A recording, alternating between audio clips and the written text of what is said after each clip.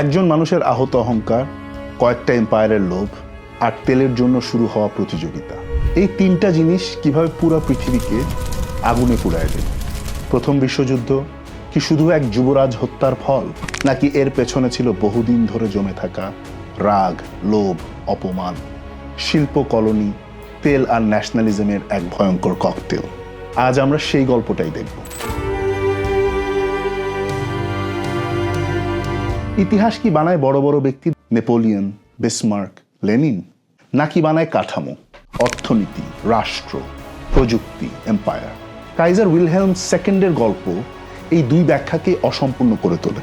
জার্মানির ইউনিফিকেশন আর ইন্ডাস্ট্রিয়াল উত্থান, এই কাঠামোই তাকে মনে করাইল সে কোনো সাধারণ রাজা না, কিন্তু তার ব্যক্তিগত অহং আর অনিরাপত্তাও জার্মানিকে এমন এক পথে ঠেলে দিল যেই পথ শেষে গিয়ে মিশল যুদ্ধের আগুনে। দুইটাই সত্য। এখান থেকেই আজকের গল্পের শুরু। 1888 সালকে বলা হয় 3 কাইজারের বছর। উইলহেলম ফার্স্ট মারা গেলেন, তার ছেলে ফ্রেডরিক থার্ড মাত্র 99 দিন শাসন করে তিনিও মারা গেলেন। আর তারপর ক্ষমতায় আসলেন তরুণ উইলহেলম সেকেন্ড। তিনি দেখলেন বিসমার্ক জার্মানিকে এক করে ফেলছেন। প্রাশিয়ান নেতৃত্বে জার্মানি এখন ইউরোপের মাঝখানের এক শক্তিশালী এম্পায়ার, কিন্তু তার চোখে একটা অপূর্ণতা ছিল।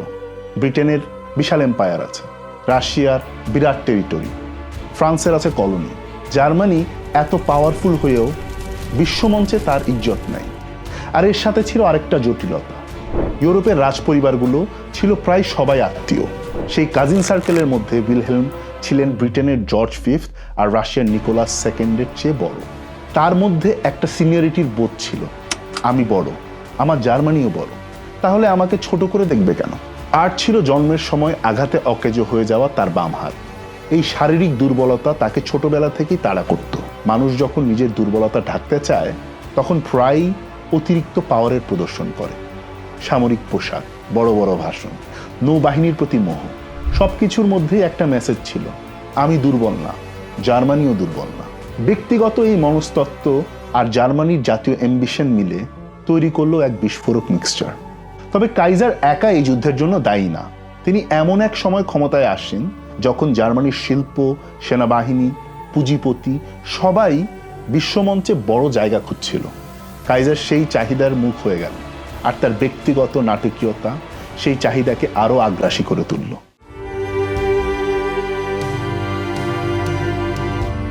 1890 সালে কাইজার বিসমার্ককে ক্ষমতা থেকে বিদায় করলেন, আর এর সাথে ভেঙে গেল বিসমার্কের তৈরি করা একটা গোপন কিন্তু গুরুত্বপূর্ণ চুক্তি, রাশিয়ার সাথে রিইনস্যুরেন্স ট্রিটি।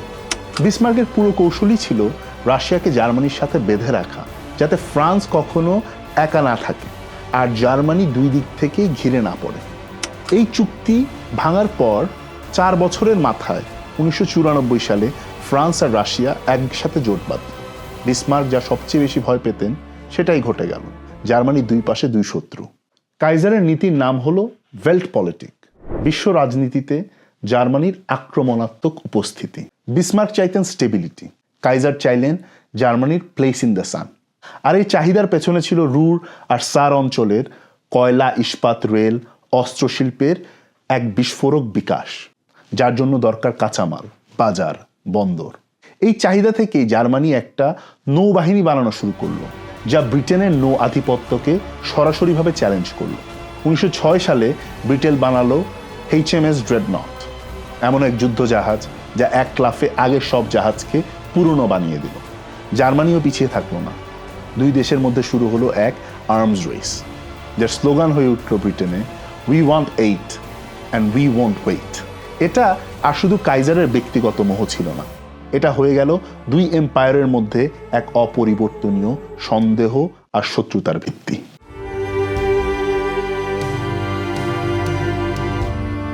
জার্মান ইন্ডাস্ট্রিয়ালিস্টদের প্রশ্ন ছিল সহজ, ব্রিটেন, ফ্রান্স যদি উপনিবেশ থেকে সম্পদ আর বাজার পায়, জার্মানি পাবে না কেন?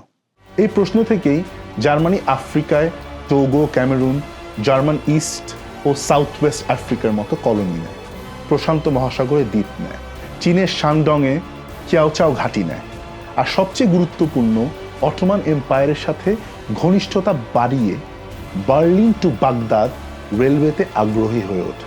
এই রেল লাইন শুধু ট্রেন লাইনই ছিল না, এটা ছিল মধ্যপ্রাচ্য, পার্সিয়ান গালফ আর ভবিষ্যতের তেল সমৃদ্ধ অঞ্চলের দিকে জার্মানির প্রবেশদ্বার। ব্রিটেন এটাকে দেখল ভয়ঙ্কর সন্দেহের চোখে। জার্মানির ট্রেন যদি বাগদাদ পর্যন্ত যায়, সেটা হয়ে যায় ব্রিটিশ এম্পায়ারের দিকে বাড়তে থাকা এক জার্মান হাত।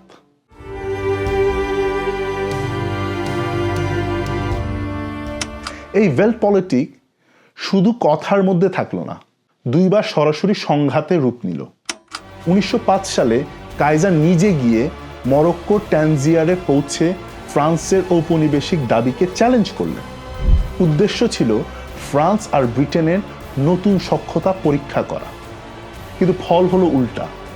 সম্মেলনে জার্মানি কূটনৈতিকভাবে একা হয়ে গেল, আর ফ্রান্স ব্রিটেনের বন্ধুত্ব আরও মজবুত হলো। 1911 সালে আবার আগাদির বন্দরে জার্মানি একটা যুদ্ধজাহাজ পাঠালো। এবারও উদ্দেশ্য ছিল ফ্রান্সকে ভয় দেখানো, কিন্তু ফল হলো একই। ব্রিটেন আরও স্পষ্টভাবে ফ্রান্সের পক্ষে দাঁড়ানো। দুইবারই কাইজারের আক্রমণাত্মক প্রদর্শন তাকে যা পাওয়ার কথা ছিল তার বিপরীত ফল দিল, বিচ্ছিন্নতা আর শত্রুদের আরও কাছাকাছি নিয়ে আসা।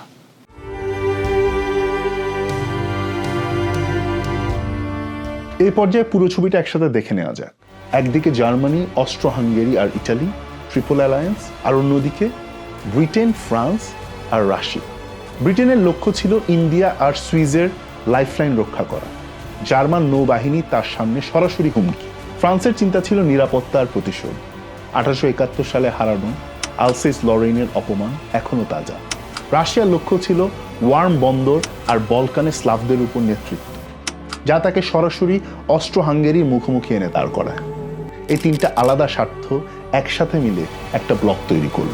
তার বিপরীতে জার্মানি অস্ট্রিয়ার ব্লক। সারায়েভোর পর এই দুই ব্লক কেন এক মুহূর্তে পুরো ইউরোপকে টেনে নিল, তার উত্তর এই মানচিত্রে লুকিয়ে আছে।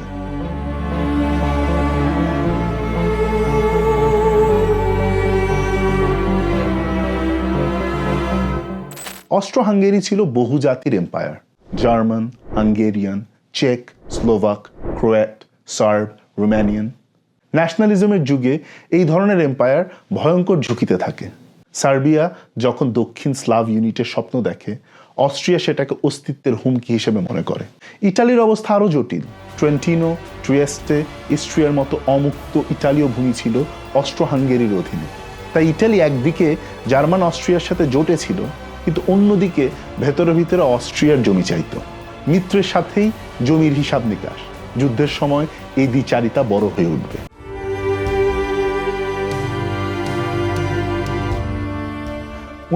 সালে অস্ট্রিয়া আনুষ্ঠানিকভাবে বসনিয়া হার্জেগোভিনা দখল করে নেয়।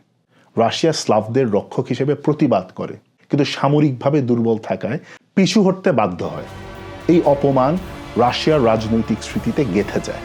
6 বছর পর 1914 সালে সার্বিয়ার পক্ষে দাঁড়ানোর সময় রাশিয়া কেন আর পিছু হটতে রাজি হয়নি, তার একটা বড় কারণ এই 1908-এর অপমান।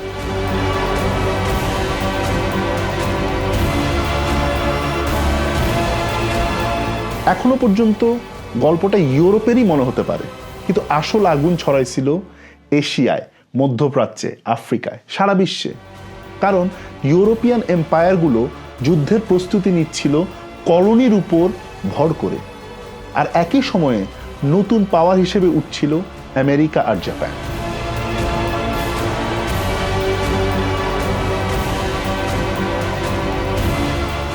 1898 সালের স্প্যানিশ আমেরিকান যুদ্ধের পর কিউবা, ফিলিপাইনের প্রশ্নে আমেরিকা নতুন ইম্পেরিয়াল পাওয়ার হিসেবে হাজির হয়।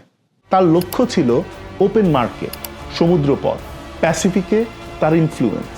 জার্মানি যদি বিশ্ববাজারে বাধা দেয় বা ইউরোপে এমন আধিপত্য বানায় যেটা আমেরিকার বাণিজ্যিক স্বার্থের বিপরীতে, তাহলে সংঘর্ষ তৈরি হবেই। তাই যুদ্ধের আগে আমেরিকা ইউরোপিয়ান জোট রাজনীতিতে সরাসরি ঢোকে নাই, কিন্তু পুরোপুরি বাইরেও ছিল না, দূরে দাঁড়াই উঠতেছিল, আর তার অর্থনীতি বিশ্ব ক্ষমতার হিসাব বদলাইতেছিল। মেইজি রেস্টোরেশনের পর জাপান দ্রুত আধুনিক রাষ্ট্র বানায়, কিন্তু তার জমি আর কাঁচামাল কম। তাই জাপান তাকায় কোরিয়া, মাঞ্চুরিয়া, চীনের দিকে। 1894 থেকে 95 সালে চীনকে হারিয়েও রাশিয়া, জার্মানি, ফ্রান্সের চাপে কিছু অর্জন ছাড়তে বাধ্য হয় জাপান। এই অপমান জাপানের মনে ক্ষোভ তৈরি করে। কোরিয়া, মাঞ্চুরিয়া নিয়ে রাশিয়ার সাথে এই বিরোধ থেকেই 1904 থেকে 5 সালের রুশ জাপান যুদ্ধ, যেখানে জাপান রাশিয়াকে হারিয়ে দেয়। এটা এশিয়ান পাওয়ারের একটা ইউরোপিয়ান এম্পায়ারকে হারানোর প্রথম ঘটনা। পুরো বিশ্ব চমকে গেল। প্রথম বিশ্বযুদ্ধ শুরু হলে জাপান ব্রিটেনের মিত্র হয়ে জার্মানির শানডং ঘাঁটি আর প্রশান্ত মহাসাগরের দ্বীপগুলো দখল করে নেয়। যুদ্ধকে দেখে নিজের এম্পায়ার বাড়ানোর সুযোগ হিসেবে।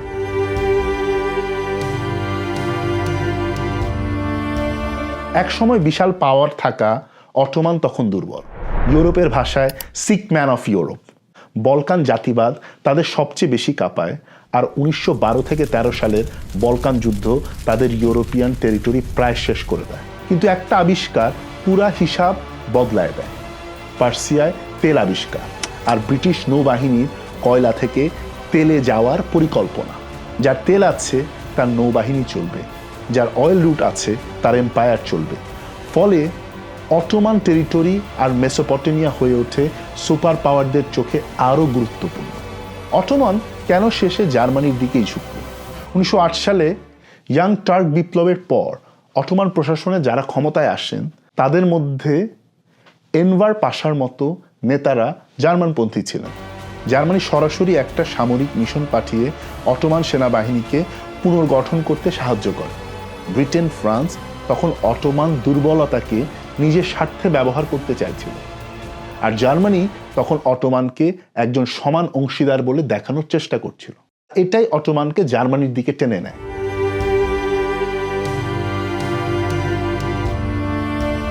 আরব অঞ্চলে অটোমানদের বিরুদ্ধে যে ন্যাশনালিজম উঠছিল তার বড় অংশ ছিল আরব অভিজাত, গোত্রনেতা আর হাশেমি রাজবংশের নেতৃত্ব।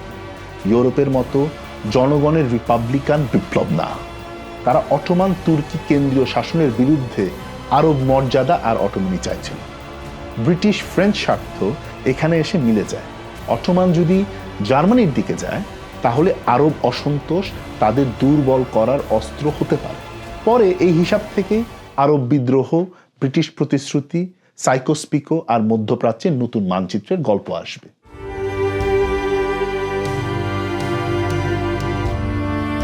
ইউরোপে যখন এম্পায়ার, নৌবাহিনী আর তেলের হিসাব চলছে, তখন এই হিসাবের দাম আসলে চুকাচ্ছিল কলোনির মানুষ। ইন্ডিয়া, আফ্রিকা, চীন, এইসব জায়গায়। ইন্ডিয়ায় রেল, প্রশাসন, সেনাবাহিনী সবই মূলত এম্পায়ারের স্বার্থে। 1885 সালে কংগ্রেস আর 1906 সালে মুসলিম লীগ তৈরি হয়। বঙ্গভঙ্গের মতো ঘটনার ভেতর দিয়ে হিন্দু মুসলিম রাজনৈতিক রেষারেষি বাড়ে। যুদ্ধ শুরু হলে ইন্ডিয়া থেকে বিপুল সৈন্য, কর, খাদ্য নেওয়া হয়, আর খাদ্য দাম বেড়ে গ্রামাঞ্চলে তৈরি হয় ভয়াবহ সংকট। অন্যদিকে আফ্রিকাতে বেলজিয়ামের কঙ্গোতে রাবার আর হাতির দাঁতের জন্য চলা নির্যাতন, হাত কাটা, জোরপূর্বক শ্রম, গ্রাম ধ্বংস মানব ইতিহাসের ভয়াবহ অধ্যায়গুলোর মধ্যে একটা। জার্মান সাউথ ওয়েস্ট আফ্রিকায় হেরেরো আর নামা জনগোষ্ঠীর উপর সরাসরি গণহত্যা ঘটে। আফিম যুদ্ধ চীনের দরজা জোর করে খুলে দেয়। টাইপিং বিদ্রোহ চীনকে ভেতর থেকে ধ্বংস করে। এই দুর্বলতার সুযোগ নেয় ব্রিটেন, ফ্রান্স, জার্মানি, রাশিয়া আর জাপান। সবাই চীনে বন্দর, রেল, বাণিজ্য অধিকার চাইতে থাকে। যে রাষ্ট্র দুর্বল তার দরজা ভেঙে ঢুকে পড়ে পাওয়ারফুল রাষ্ট্র। ইউরোপের যুদ্ধজাহাজ বানাতে, রেল চালাতে যে সম্পদ লেগেছে তার পেছনে ছিল এই লক্ষ লক্ষ মানুষের নিপীড়ন।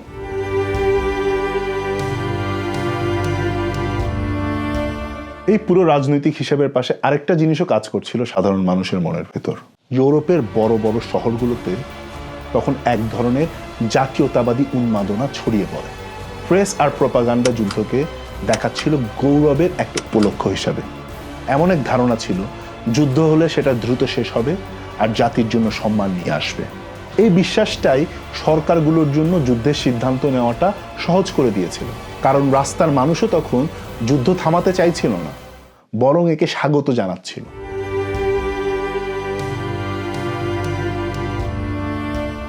তাই প্রথম বিশ্বযুদ্ধ কোনো একদিনের দুর্ঘটনা না। সারায়েভোতে ফ্রান্স ফার্ডিনান্ডের হত্যা শুধুমাত্র একটা স্ফুলিঙ্গ। আসল আগুন জমা হচ্ছিল বহুদিন ধরেই। দুই প্রতিদ্বন্দ্বী জোটের ভেতর, নৌবাহিনীর প্রতিযোগিতার ভেতর, তেলের রাজনীতির ভেতর, আর কলোনির উপর দাঁড়ানো এক বিশ্ব ব্যবস্থার ভেতর। পরের এপিসোডে আমরা দেখব সেই স্ফুলিঙ্গ কিভাবে আগুনে পরিণত হলো আর কিভাবে একটা মার্ডার পুরো পৃথিবীকে টেনে নিল যুদ্ধের ভেতরে।